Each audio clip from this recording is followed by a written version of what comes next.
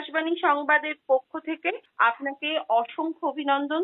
আপনার এই প্রাইজটা কেমন লাগে? অ্যাকচুয়ালি আমি হচ্ছে বংশগত পটুয়া। পটচিত্র হচ্ছে আমার বংশ পরম্পরম আমি আমাদের পটচিত্রটা।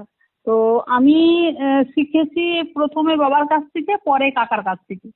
আর আমার ডাক নাম হচ্ছে স্বর্ণ চিত্রকর, আর আমার ভালো নাম হচ্ছে রূপবান চিত্রকর। আমি পটচিত্র ছোটবেলা থেকেই ছবি আঁকি, গান করি। আমার গান করতেও ভীষণ ভালো লাগে, আমার ছবি আঁকতেও ভীষণ ভালো লাগে।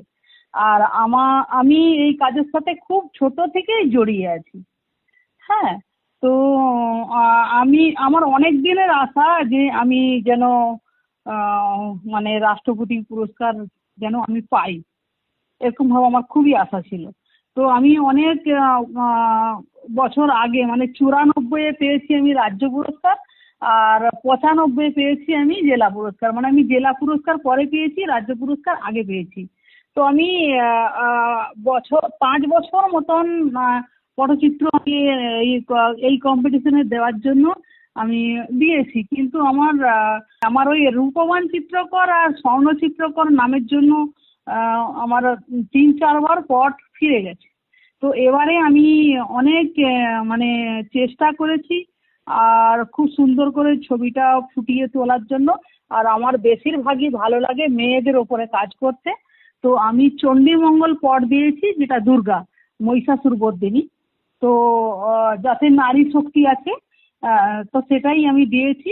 আর আমি মেয়েদের উপরে বিভিন্ন ধরনের কাজ করেছি। তো আমার কেন্দ্র সরকারকে অনেক অনেক ধন্যবাদ যে আমি পুরস্কারটা এই কেন্দ্র সরকারের কাছ থেকে মানে রাষ্ট্রপতি পুরস্কারটা আমি পেয়েছি। আমি চাইবো যে মেয়েরা স্বাবলম্বী হোক, আর মেয়েরা যেন একটা জায়গায় পৌঁছতে পারে। আর এই শিল্পকলাটা যেন মেয়ে ছেলে সবাই যেন ফুটিয়ে তুলতে পারে। আর আমার পটচিত্র শিল্পীদেরও আমি বলবো যে যা কিছু হোক, যতই বাধা আসুক বা যতই কষ্ট আসুক, যেন আমাদের এই পটচিত্রটা হারিয়ে যেতে না দেয়। আমি পটচিত্র তো ছবি আঁকি আর গান করি।